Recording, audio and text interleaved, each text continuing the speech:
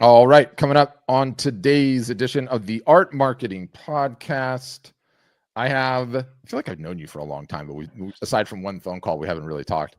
But an extremely talented and successful artist in Terry Sauve. She's located up in Northern California. We're going to peel back all of the layers and get into an incredibly fun conversation. So, Terry, welcome to the Art Marketing Podcast. Give us a quick intro, and then, or you know what? I'm going to read now. Full disclosure. First of all, if we're not evolving and having fun with technology, what are we doing, right? So I had my fancy little AI scrape your website and scrape your Instagram, and this is what it came up with. Okay, this is what it came up with. So, oh my God! All right. And we can both laugh at it, but I'm reading it. So Terry is a Northern California-based oil painter who's built a remarkable career. By the way, on pace for a record year, which we're going to get into, creating luminous landscape paintings that capture the magical quality of light across the American West. After painting, quotes, for the joy of it for most of her life, and I definitely want to hear about that, Terry made a pivotal decision in 1996 to move to San Francisco and train formally at the Academy of Art College, where she studied with some of the Bay Area's best painters, names like Brian Blood, Craig Nelson, and Randall Sexton.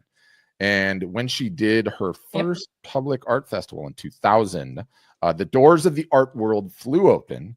She was immediately picked up by one of Sausalito's best galleries and has since exhibited in galleries and festivals throughout the country. The intro goes on and on. Good enough. Welcome to the podcast. Definitely good enough. Thank you. Oh my God. Just when you started reading my bio, I was like, oh my God.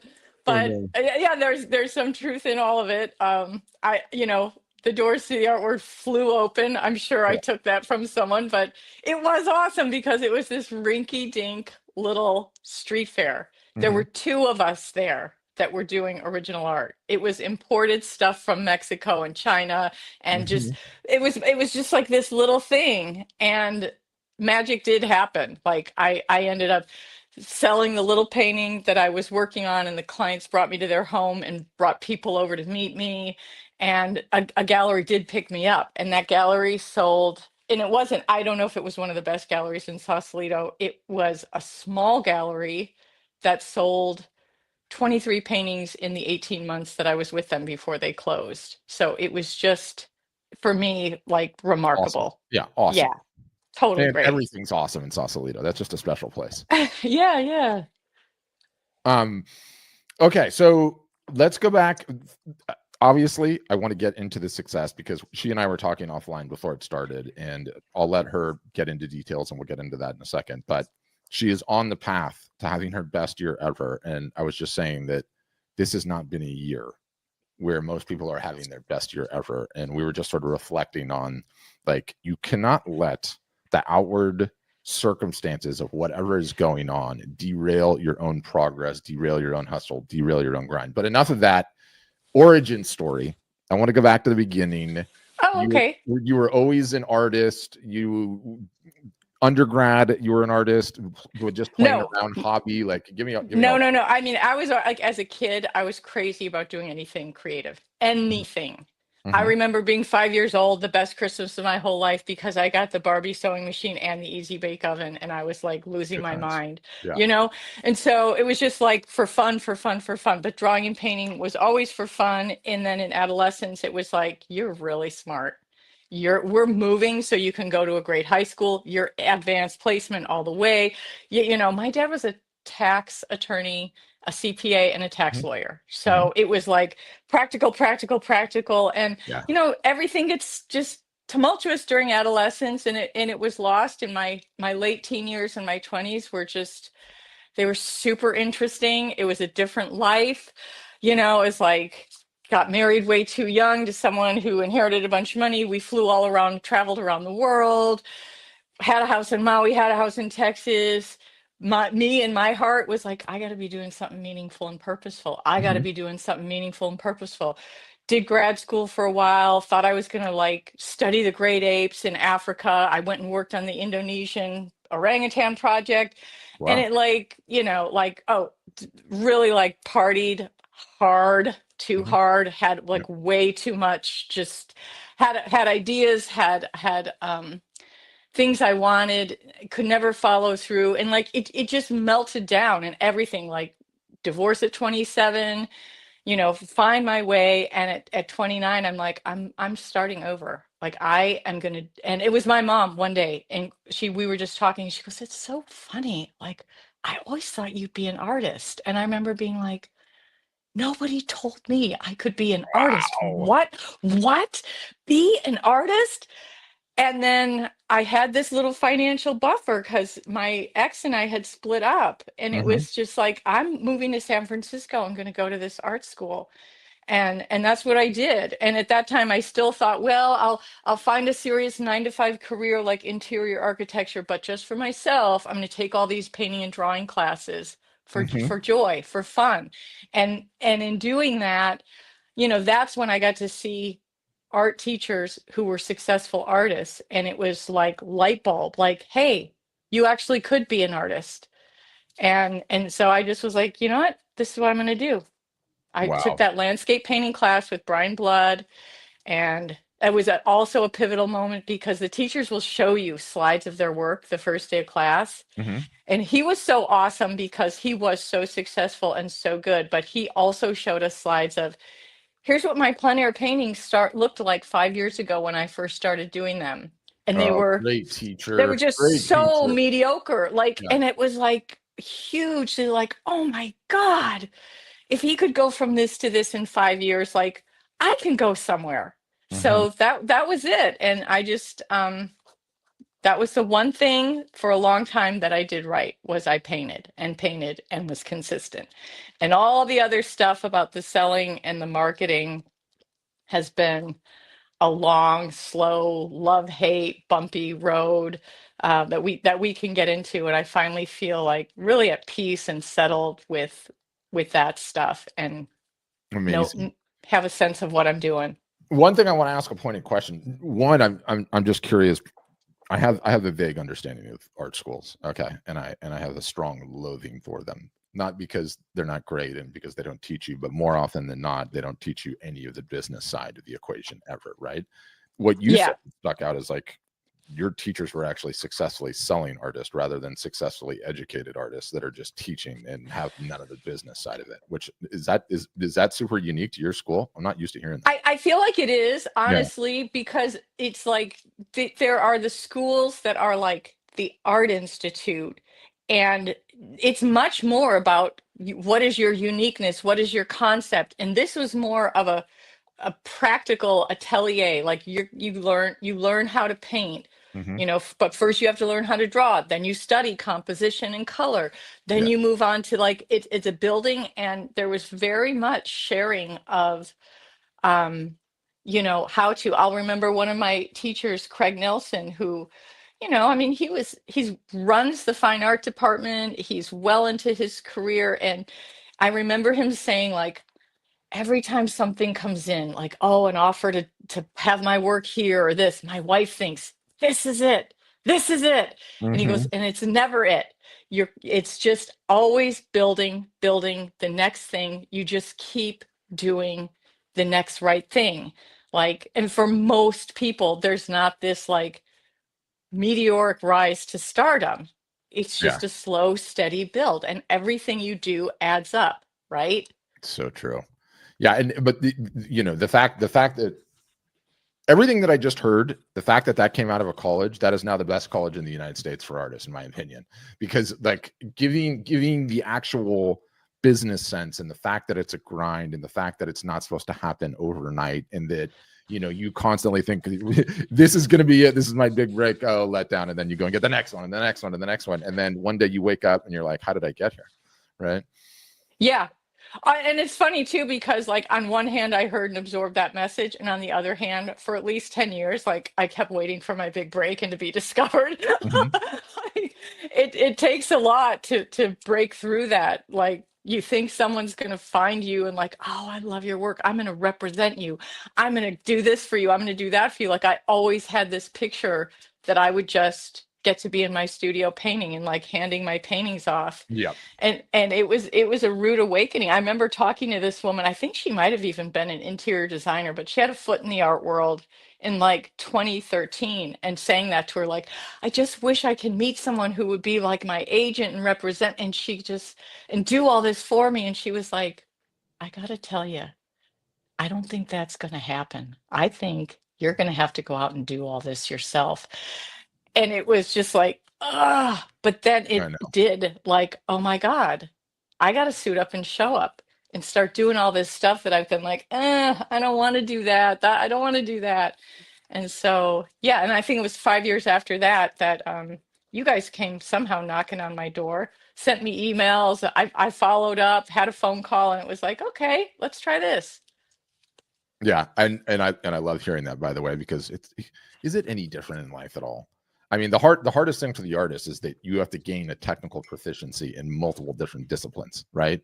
One, the Hmm. craft, and then two, how to story tell and market the craft. For me, I feel like all I got to do is market. Although, I mean, it doesn't matter. I just what you explained is every single solitary artist's deepest, darkest desire, just to be in the studio and hand off the art to someone else. And Yep. you could just be creative without any of that pain, right? Which is Yeah. just not the case. It's just not how it works. So going back to that, and I'm now literally going to go study all of those teachers that you mentioned, and I literally think that school's that's the closest I've heard of anyone getting any sort of business insights in an art school education, just about period, because no one ever teaches you how to do that. They never teach you anything about marketing. They never teach you anything about pricing your art, about how to storytell your art. Like, those are just classes that are not there. Compositions, the masters, framing, all the various different movements throughout the years, and nothing about, like, oh, by the way, you need to run a business. Anyway, how did It's you? so very true, because I think there's a mindset of like, there are artists that are in business and there are artists that are like true artists, right? Yeah. So I have a friend who at 50 spent like what, 60 grand to go get her master's at the Art Institute of Chicago. Mhm. And her big plan was, when you graduate, they give you a show, and that's where you make your connections. Mhm. That's the value of this huge amount of money. They don't teach you how to paint better. It's Mhm. they whatever they do, they criticize you, they review you, they help you along, but it's this big show where you meet people in the art world. Well, that year was COVID, so it was online. That was it. That's what Well, she got. Like yeah. nothing, Yeah. right? And so I agree with you that there has to be more emphasis on, like, if you want to be an artist and really do your art and make a living, because it's too hard to do other things full time and just do Yeah. it on the side. Yeah. Yeah, it's side hustle is so hard, and yet there's so many artists that are in that shape. So, okay, Okay. coming out of one of what I'm now calling the preeminent art school in all of the art world, um, explain those first couple of years and those first couple of grinds. And did you go as far to say it was like an entire decade until you feel like you really started seeing solid success? Oh, yeah, because I was still very like, I had a million things going on during Mhm. those years, right? Like I Yeah. was I was finding my way as a new person who had like going through my own like recovery issues, and psychologically I like got married. We were remodeling a house. I had a boy in 2005, so it's like Mhm. those years of trying to, so I was still spreading myself. I was teaching yoga. I was working, in the fitness world, and I just was still like under that illusion of like, oh, I'll do these open studios and I have this gallery. Like, I'm waiting to be discovered. I'm waiting to be discovered. And I would paint. That was the one thing that I did do consistently. I never succumbed to like, I don't feel like painting. It's a painter's block. I had read the book like Seven Habits of Highly The Effective effective People. people. And Yeah. there's this like huge thing of like, you have to make the time for the things that are non-urgent but important. And so for me, that was painting Yeah. and waiting to be discovered. But so yeah, so we moved up to Sonoma County in 2011, and I did my first real art festival. And by real, it was just actually about art and not about imported crip crap on the street. Yeah. And it was just a 1-day festival up in Healdsburg, wealthy area, wine country, and collected a bunch of emails, right? So it's like that's how it started. And then we did it again the next year. And the next year, it was so slow, Patrick. It was ridiculous how slow it was. Someone said, there's an art festival in Mill Valley. You should check that out.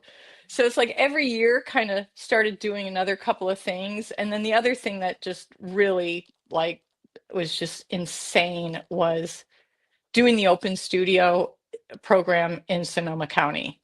What's that? They 2 open studios a year. They're put on by the art center. You pay like $475. You get your picture in the collector's guide with printed maps. Here's where everyone is. It's 2 full weekends.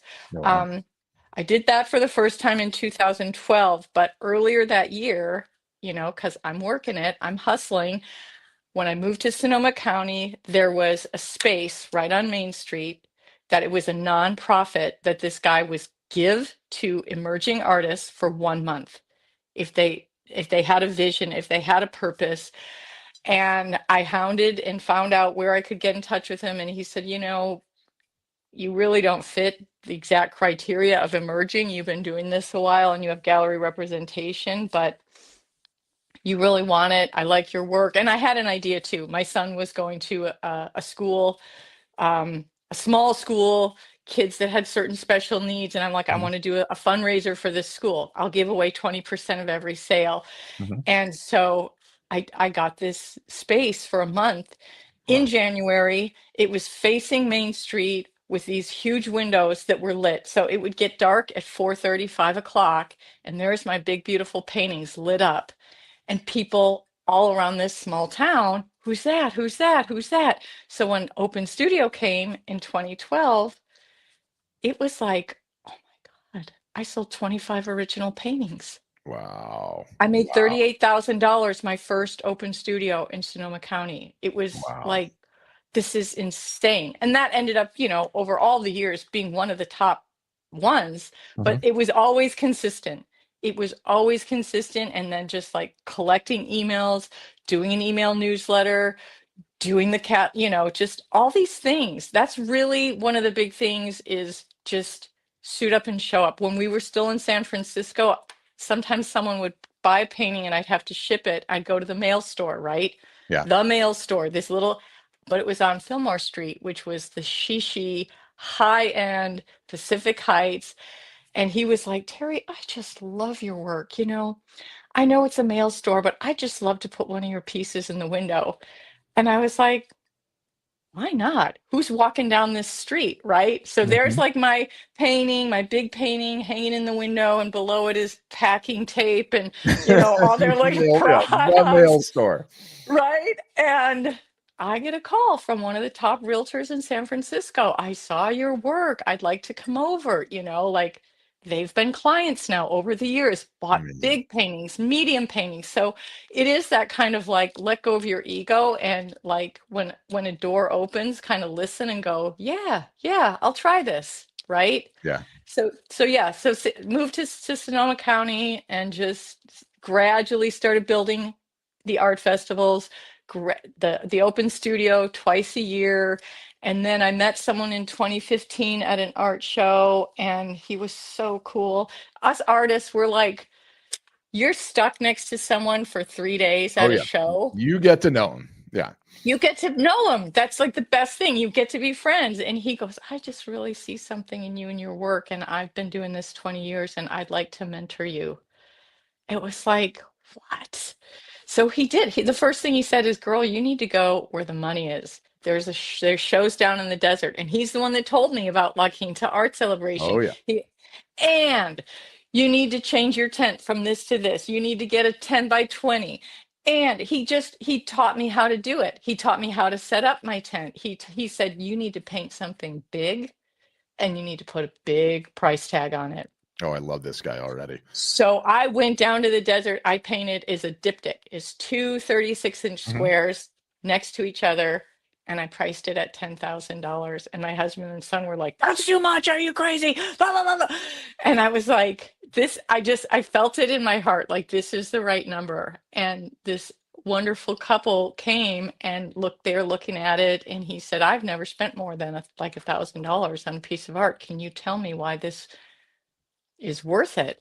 And I'd done enough work up to that point where I could, like, in my body, no, let me tell you why this is worth it. It is. I'm a really good painter. I'm trained at, you know, I'm classically trained. I know what I'm doing. You can see similar things in a gallery for more. And I just, laid it out. Here's the Mhm. truth. This is worth it. And they went around and thought about it and came back and they bought it. And when we got to deliver it to their home, we like were pulling into their, gated, Palatial estate. Yeah. their gated community, and we're just at the gate, and we're just like laughing hysterically. It was so insane. Like, this house was so insane. And but the main thing was, it's just like, everything you talk about, like, we made a connection. They love my work. They're the most wonderful people. He would send me pictures 2 years later, views of this diptych from outside on the pool deck. Is one of these open houses, like, you could see from where they hung it, you could see it from like 10 different places. Oh, I And he'd love go, that. I just love this. So it's, so many things have been like, you listen to what's coming in, and when it resonates, it's like, I got to try this, and then it unfolds. Then you got to pay attention and go, yes, I've learned my lesson now. This is how I do things. And is that on all of those? It sounds like you need to distill all this wisdom for how to rock shows. Do you still do that? One huge piece, showstopper, extremely expensive. Yeah, Yeah. at least one. Like, the last November of 24, we did the show down in La Quinta, and the fall show is typically much, much, much less than the spring show. It's a Mhm. newer show. They're still building it. It's a different beast. And I had a triptych on the wall, Mhm. 4 feet by 9 feet, way Whoa, bigger, whoa, right? that's huge. And I'd had it for a while. I had done another triptych that size that had sold through the gallery. An artist friend owned gallery, and it had sold for 20. I'd priced it Mhm. at 25,000. She called me up. She said someone wants to write a check for 20, and I was like, okay. So again, marketing, right? I'm talking to my good friend next to me, and he said, Terry, you know what I've done with all my more expensive paintings is I've taken the price tag off. That way, because I would watch people walk up to it and go, ah, Yeah, and turn and run away. yeah. $25,000. They're running away. So I took the price tag off. Then people get to come up to you and say, "Oh, what's the deal with this? Is it for sale, or what are you asking?" Right? And Yeah. now you're in a conversation. And so I saw this man, he came up and asked me, and I mean, I was completely transparent. I said, I'll be transparent with you. I took the price down because I felt like it was scaring people away. I don't think people come to this show expecting to pay my full gallery price of $25,000. But I want to be able to have the chance to tell people I'm open to a reasonable offer. And in this case, like, we needed this show. We needed the money. So I also added in, and I'm like, you know what? I would actually go under 20. And I left it at that. And he and his designer, and they're like, okay. Then they walked around, and then he came back and he said, would you take 17.5? And I'm not a hard negotiator when it's Yeah. like that. Like, it was like, yes, I will. Right. Hmm. And our whole show was 26. So without that big sale, that's how important that was. So yeah, that's been a really great thing that I've been doing. And there are a lot of people who are like, oh, I would never, offer you less than your price. And there are other people who that's just the way they operate. It's a game, and they have to get a deal. A And so, 100%. I like, rant I rant about this all the time, like you literally do. all I the time. listen to you. Yeah. And because it pisses me off. It's like $17,000 one sale, right? And by the way, I could also argue the flip side, which is like those people that run up and scoff at the high price. You scaring them off is the best thing you could ever do, because all they're going to do is take your time and just not buy anything. But anyway. When you leave yourself open to negotiate, it's a game to these people. It's a game to these people. If they can't feel like the thrill of the hunt and the kill, you might not make the sale, period. And so leaving yourself open to negotiate is so huge. And also having the high prices is huge, right? It Like is. $17,000 means nothing to them. It means nothing to them. It's no different than you writing a check for $150. And an artist gets so terrified to ask for it. Now, granted, we should look at some of your work too. And Terry, how do I get this on the stage? There we go. Terry and I were talking about this because I love the desert. I mean, the last time I was out in the desert was literally Thanksgiving. I go out there a lot. And Awesome. once you see these colors, the colors. Like the desert has like such a distinct color palette to it, which I absolutely love. And you literally, so every time you go, you get the photographs and then you go home and you finish it off that way. Yeah. Yeah, that's exactly it. Go out hike in the morning, go out sunset drives in the evening. I've got so many photo files, it's like it's crazy. Yeah. I mean, but you're the level of detail that you've matured to. I mean, it's like this is no easy task to be able to paint and have it look like this. How long does the painting take you, by the way? Just out of curiosity. The number one asked question. It depends on the piece, and it depends how familiar I am with it. Honestly, if it's the Golden Hills of California that I've painted so many times and it's really familiar, a 3x4 foot painting is possible to get done in 3 or 4 days, but I don't work long hours anymore, in terms of painting physically. I'm 58, my hands hurt. I got, old sports injuries. And so it's just like, 4 or 5 hours is a good day for me. 6 hours is an awesome day for anybody. Yeah. Yeah, to be in the studio. It used to be that's all I did. And I used to have a cycle of like exertion, exhaustion, exertion, exhaustion. And now I'm just like, my goal is to just be consistent, balanced, regular bite-sized actions. It's just like everything works out. Mantra. Suit up and show up. I mean, absolutely love it. No, and people are asking, no, she doesn't paint on top of the photograph. She just uses it as reference. Oh yeah, and I mean, I'll take a series of photos, and then from those photos, create the composition. Once in a while, you get a photo that's like, oh, like that's almost perfect, and you want to paint that. And then other times, it's like, oh, I like the way this. You create the composition because you're an artist. You get to do that. You're exactly right. That's what you do. But I love the detail work. And Terry and I offline were talking about one of my dad's favorite artists, and her like look very, very similar. And it's like I've grown up with these pieces around my house, so that has like such a nostalgic vibe for me. I would be curious to sort of understand the makeup of the business. And I want to talk about the year that you're having this year because it's just such an encouraging story. But in terms of the makeup of the business, how many originals are you selling a year? What percentage originals versus reproductions? How much online versus the shows? And I don't need exact figures, just big picture talk versus gallery representation. And how is that all working? Be curious about that. Because you're, which is not fair to many people. You are in, I mean, one of the areas that just doesn't make sense, period. Right. Because there's so much tech money, like for someone that's not been there and like has not had like, some experience with it, like the sheer amount of money running around Northern California over the last, like, call it 20 years is just, it's absolutely staggering. It's like on another level. Like I'm down here in Southern California, and Southern California is a ritzy place. And don't get me wrong, there's a lot of that. And, every day you see luxury cars. Okay, great. I feel like the Bay Area is on just another level, like crazy.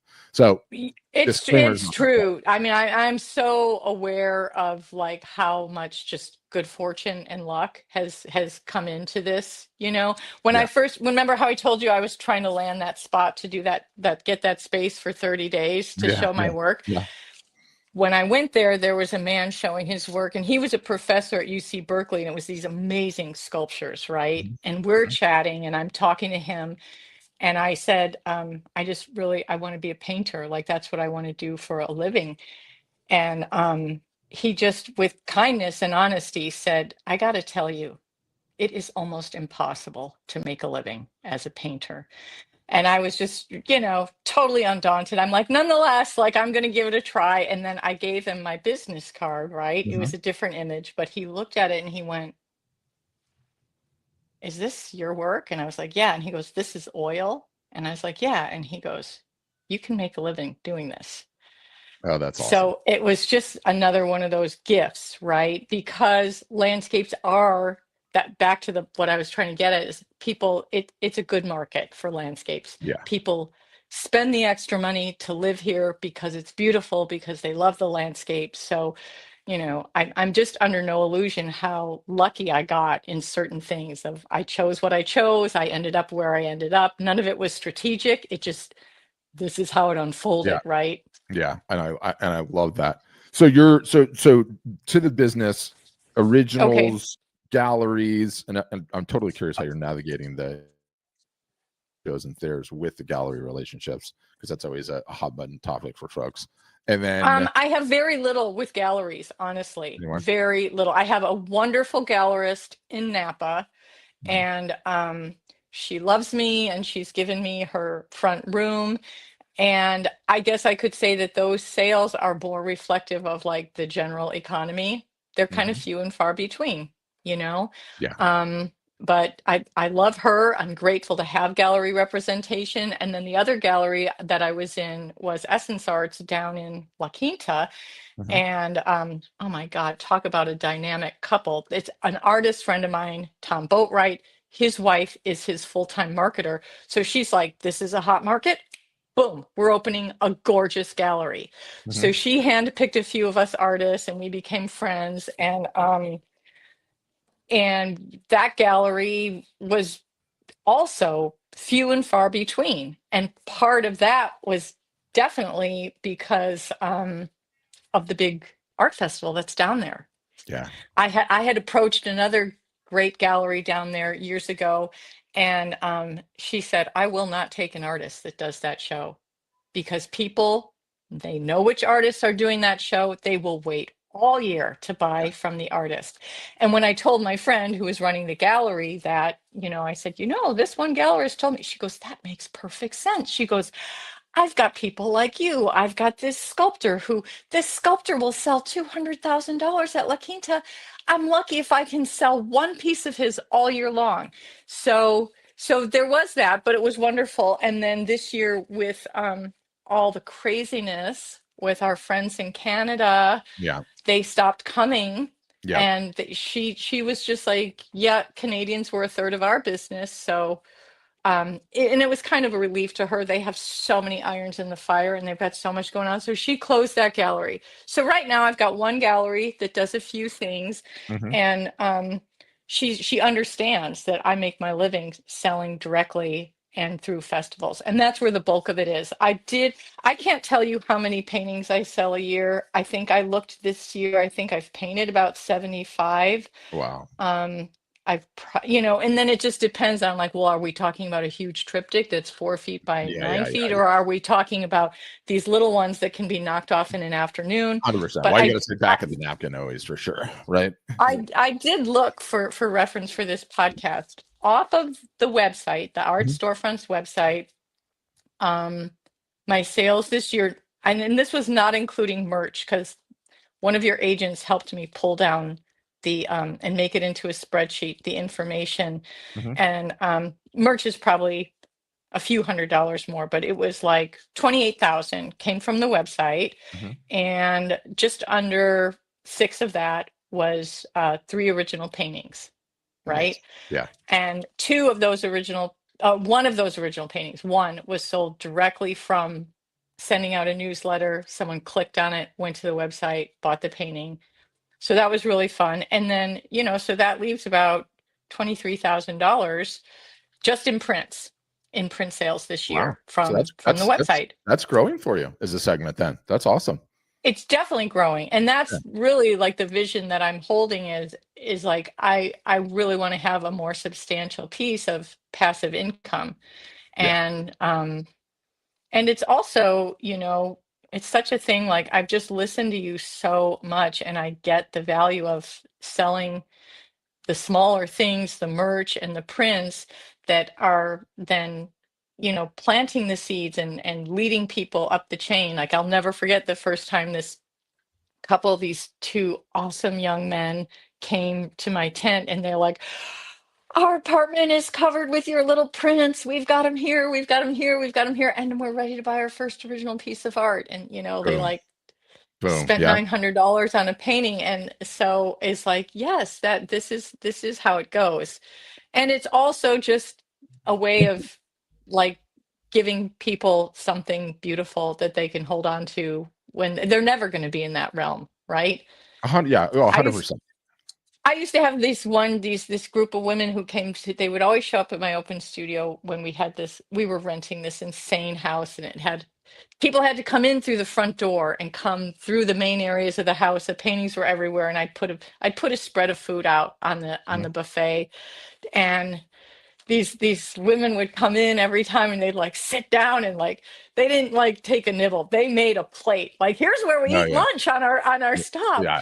Yeah. And I was always kind of like, oh my God, God bless him, and never bought anything. And then the year that I started putting out these little 8 by 10 matted paper prints that I was selling for like $25, like the woman had tears in her eyes, and she's like, there's finally something of yours I can afford to buy, and she was so happy. Yeah. I And love stories like that. yeah, it's like so much, it's like about the connection, and you're gifted to be able to, I feel I'm blessed to be able to do something that is like I love so much. Like I'm moved by the landscape so much. And For sure. then someone else gets to be moved. So yeah, so the rest of where I'm at this year, I mean I'm definitely have like over, let's see, right now, my sales are at 276,000, and I've got $10,000 outstanding on commissions where people have given me the deposits as soon as I Amazing. finish. So I'll be at 285. And so, you know, close to 30 is from the website. That leaves 255, maybe 10 from the gallery. So that's about 275 in sales. That's from 2 open studios and a handful of good art festivals. And I listened to you early in the year when you talked about on your podcast, this looks like it's going to be possibly a recession year. What does that mean?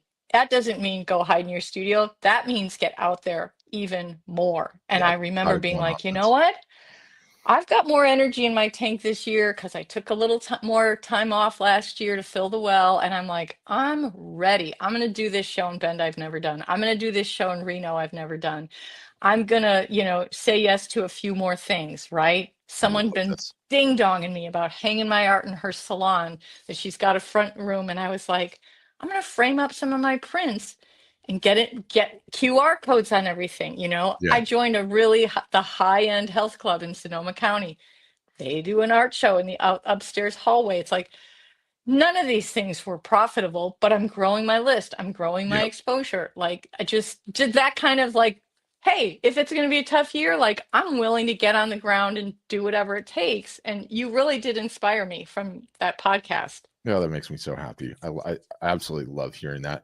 The other thing too is like one with the ladies and the food. You, you feel so good about being able to do that, right? It's like, it's when everything aligns. It's like when doing the right thing is the right thing for the business too, and it like I rant incessantly about the lineup of prices, right? And the two gay guys coming to see you, presumably gay guys, the two of them, like that $900 piece now, 10 years from now, will be the $12,000 piece, more than likely, right? It's like playing the long game is so hard as a human being.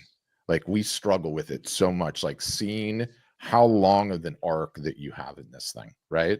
Like you have a long arc, and these people are going to keep coming back and back and back. And you don't worry about if they're here today for a $10 piece or $100 piece or $1,000 piece. You just do what you can, you gather the list, and you keep the machine going. And that's how you win. That's how you win over the long term. And for you, I Yep. know you're doing all these shows, okay? But I know also those shows are flipping exhausting. The travel, the setup, on your feet, all of that. There is going to be a time when you're going to want to do less and less shows. So all of that work that you're putting in now, you're going to be harvesting on the back end of it after your name gets out more and more and more and more. So I love your game plan. Got to affirm you across the board. And the fact that you are on a record year in what has been economically, we were talking about this early, an extremely crappy year, right? Like people are hurting. Inflation is ripping. And I have our internal data to look at. We are friends with some of the biggest print houses in the United States, so we know what their data looks like. Like Right. it's been down, right? And Okay. I'm so encouraged to hear that you are going to have the record year because you focused on none of that nonsense and just your execution. That's it. And I have to be honest, like I already have, like, for me, doing more shows was doing 6 traveling shows Yeah. and the 2 open studios. Like my work is studio intensive. I already am at the age where I'm like, like I have friends who are just like, I mean, I can't even believe how many shows they do. Yeah. And they're out there all the time. And it's very easy for me to get going. I should. And it's like, you know what? I'm just where I should be because, it's everyone has their own path and their own way. For Right. sure. And things have unfolded for me that if I do these time consuming, big, beautiful paintings, I'm building it that way. But I am aware of, like, one thing has been interesting. That's a change with the open studio program here. For 10 years, we lived in an area where it was the hub, it was the core. So, twice a year, you get like 250 people come through. So you're planting so many seeds, So right? yeah. And now we had to move to a different area. And my visitors are probably like a third of what I used to get. But because I'm at the stage where I've built my business and I take out a full page ad in the collector's guide, which is pricey but worth it, I'm making just as much or more, but it's fewer sales. And there's always this little thing running in my head, which is your voice saying the biggest predictor of your future success is how many sales you make. Yeah. So Number of new customers acquired. no, Yes. okay, so that's where it's like, get out and do these other shows, and also just doing more marketing. There's something that I did want to talk about, which was 2 changes. Getting onto the co-pilot program, right? Mhm. Totally helpful and changed things. But then me, myself, with all my talk about how great I'm doing and running the business and loving, still terrible at managing, still going in and out of, like, I'm present, I'm adjusting, I'm going into the co-pilot and I'm personalizing it. Then I'm just like for a month forgetting about it and not doing it. So the other thing that I've done was I found someone to work with who's really reasonable, who's Mhm. like, she's my marketing assistant, right? And she works for, like, I pay her for 10 hours a week, and we have a weekly meeting. And she's got an agenda and she keeps track of things. And she's like, here's what I'm thinking we do.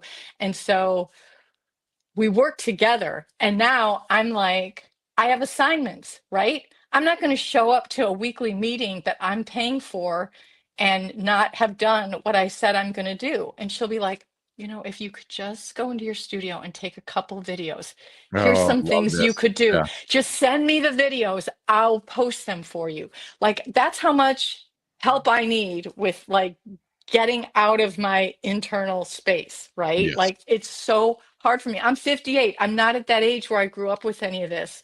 I'm Yeah. not comfortable. There are times when, like, asking me to do an Instagram post is asking, it feels like, well, just take off your clothes and walk naked down a city sidewalk. It's like, Yeah. no, you know, Agonizing. Yeah, I know. it's agonizing. I know. So she's been wonderful, and I'm trying to, I'm really like tooting her horn, and she graduated from school with a marketing degree, and I'm like, girl, you can have a business doing this. There are so many artists that need this kind of help. Oh, they need it so So badly. Yeah. yeah, so she's given me permission to share her information, and it's just been a game changer. She's the one who came up with the idea of sending out emails during Black Friday, like featuring pictures of the tote bags, of the mugs. I hadn't done Instagram posts before, and I had, put some things on. Nobody ever bought them.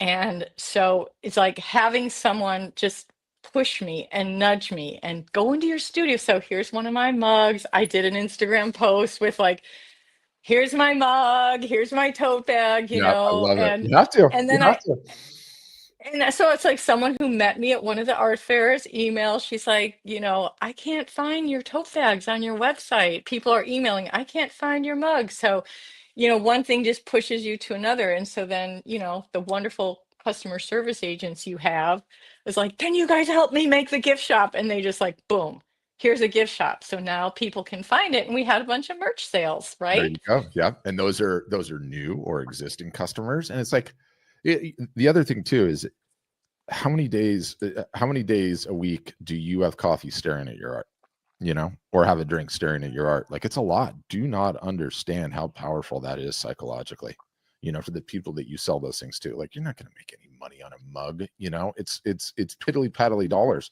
but it doesn't matter. It's just cementing that art, your art, in the prospect's head again and again and again. And by the way, it's a highly, I don't know, for you, for me, that morning coffee is a highly enjoyable thing. That is my own little Right. personal fireplace in my hands. Okay.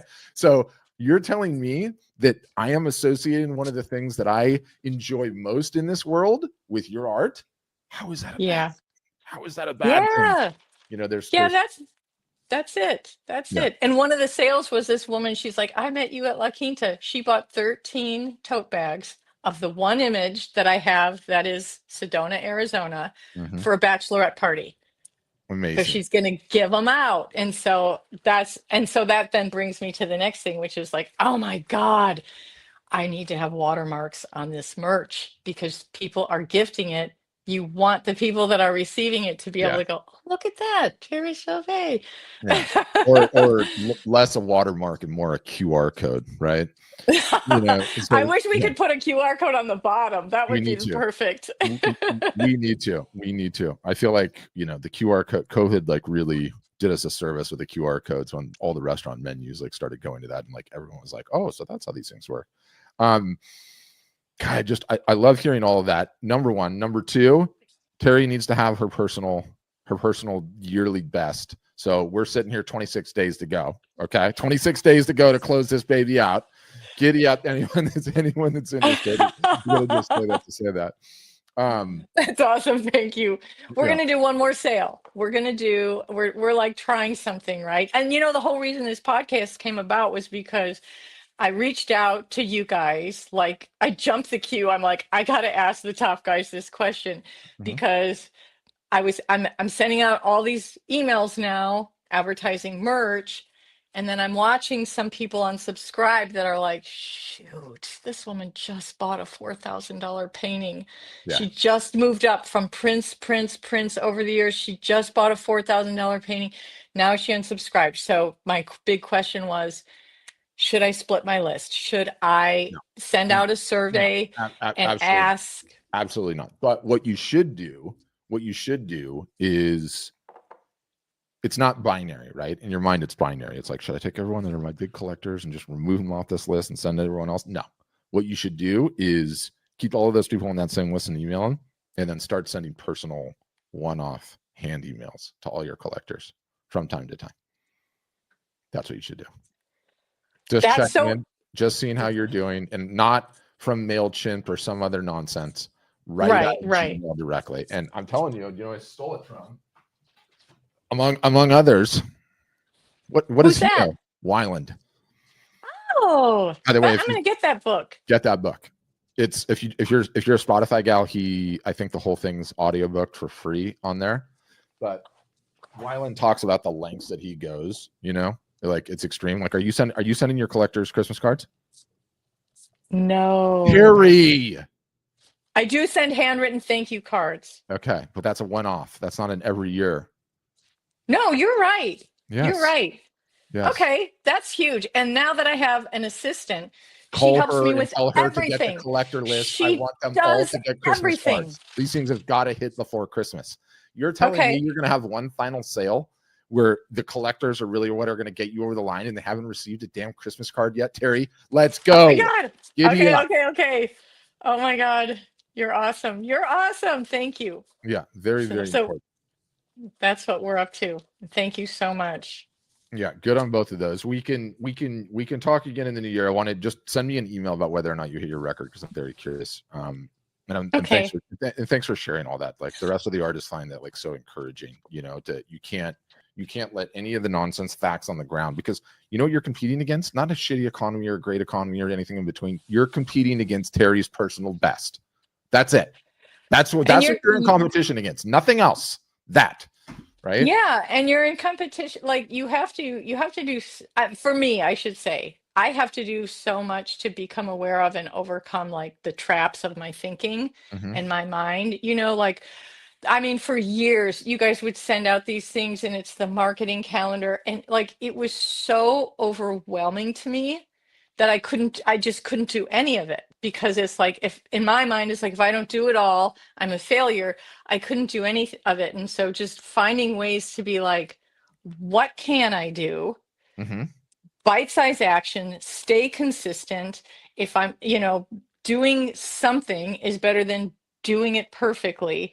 And then just remembering that, that's like your way to get out of overwhelm is to Yes. like get out of your negative thinking, like, oh, I'm a failure if haven't done this. And it's like, and take, really acknowledge your wins, like, like really keep track, like, look what I'm doing now that I didn't use, because I could sit here and then go, oh my God, if you compare me to so and so, I'm nothing. I'm not doing nearly what I No, see, could. it's a I'm fool's errand. The lazy. I'm comparison not, thing is the worst. oh, my friend is so great. He posts Instagram every day. He's so natural. Da, da, da, da, da. And it's like you have to go, here's where I was. And like, look what I'm doing now. Like just this last month, we set up a gift shop. We ran a sale, like I applied to 3 art shows on time. You just have to keep like the more that you reinforce what you're doing, it keeps you in that positive spin of now I can do A more hundred and now percent. I can do more. 100%. Are you? I'm gonna ask you one final question before I do that, though. I gotta level you up technologically speaking. Are you a Mac girl or are you a PC girl? I'm on a Mac. Okay. Have you messed around with voice yet? Meaning voice, you talk, it types. No. Okay. I need you to do that. I think you will find it to be a profound level up, right? Like I'm gonna hold the button right here. I just want you to talk for 10 seconds and I'll tell you when to go. Okay. Go. Okay. All right, I don't know what you want me to say, so I'm just going to throw out the name of my art marketing assistant, Venla Johnson, and I'd like to share her information with any artist who wants a partner. Is that So good? I just pressed the button. Okay. Yeah. I'm gonna leave it as a comment. Can you see the comment?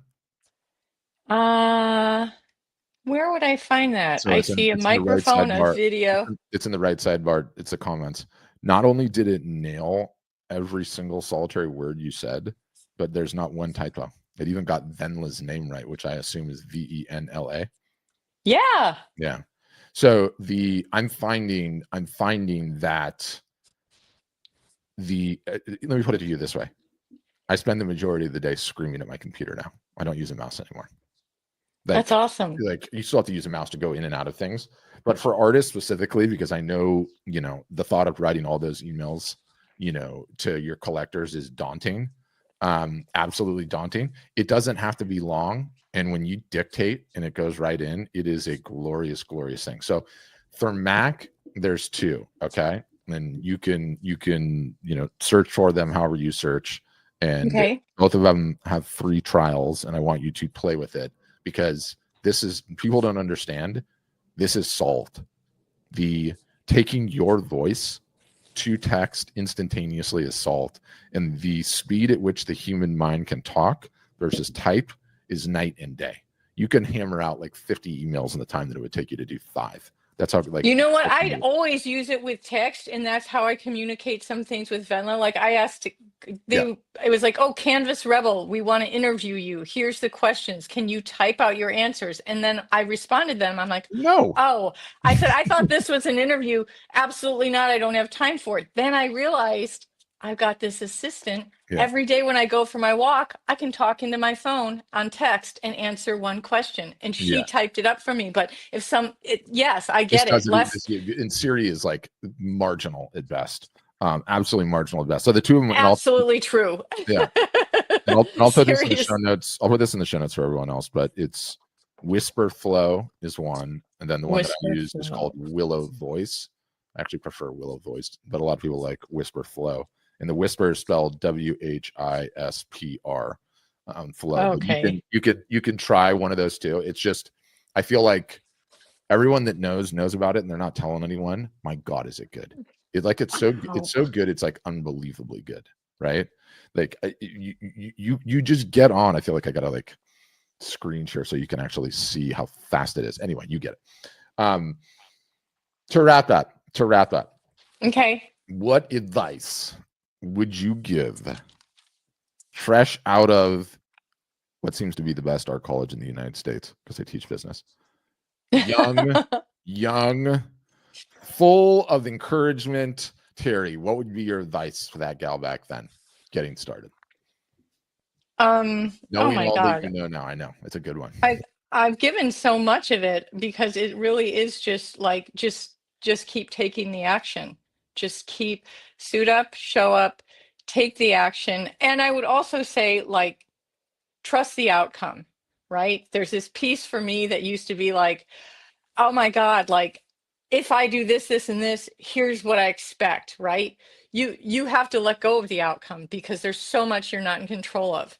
I had one of my best shows set up at La Quinta, the most beautiful artwork, and she created a new space in the show geographically that on paper looked like it would be great. And all these paths came together and the flow of traffic went like this. And the two of us that were in this area, we sold nothing. Wow. And you have to be at peace when that happens, but just trust that, hey, I'm telling the universe by my action that I'm sticking with this and I'm doing it. And you just keep doing that. Your job is the action. God's job is the result. That's one of the big things that I would say. Just stay steady, stay consistent, and find that balance between listening to your heart and like following what you really want to do and balancing that with like what does the market dictate, right? Yeah. Like I could make a lot of money doing vineyard paintings, and there's a lot of people that do that, and once in a while I see something really beautiful that has a vineyard in it, but like my perception of beauty is not mass agriculture. So that's just not what I do. Yeah. However, when I'm going into a show or an open studio, I do have to say, do I have enough large paintings, medium paintings, small paintings? I know people love my Golden Hills paintings and these juicy sunsets where the sun's coming behind the oak. Like, do I have something along those lines, right? So you're not just selling out and doing what the market dictates.